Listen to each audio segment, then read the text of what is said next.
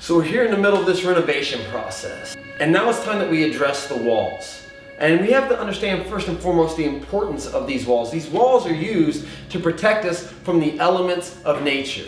And the walls of our life are used to protect us from the elements of life. The difficulties, the frustrations, the anxieties, those things will still be present in our life, but we have a choice. Are we going to be able to build a house that's able to withstand that pressure?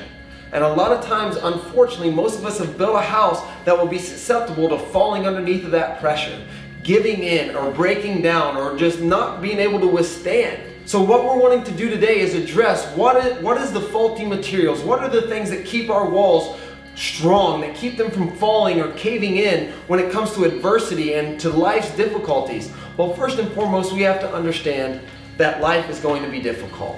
Life is going to throw all kinds of hurdles at us. Life is going to be, at times, unbearable for us.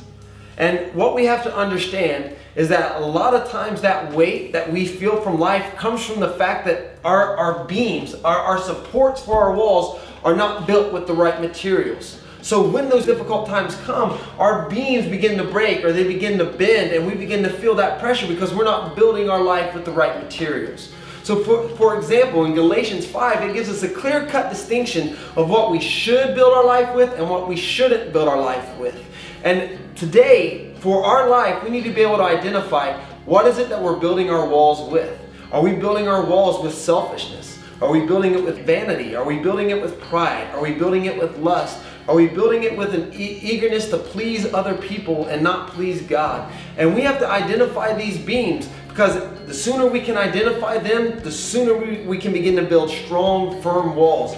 For example, we can see this beam. It says impurity on it.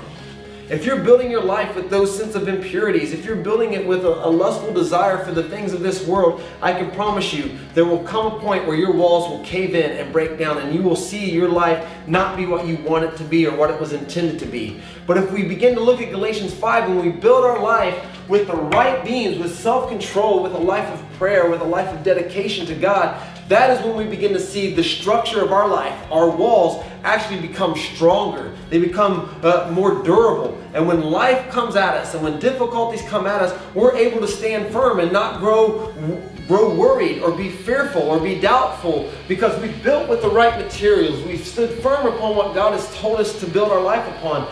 But the moment the doubt and the fear and the anxiety creeps in is when we need to really take access of our life and then begin to assess, are we really building with the right materials? So here's what I want to challenge you with, Oxygen. Begin to look at your life. Begin to investigate. Begin to really look deep into the walls of your life and see, where is it in my life that I'm building with faulty beams? Where is it that I'm building my existence or my purpose off of the wrong things? It's time that we renovate our walls and we start living our life with purpose.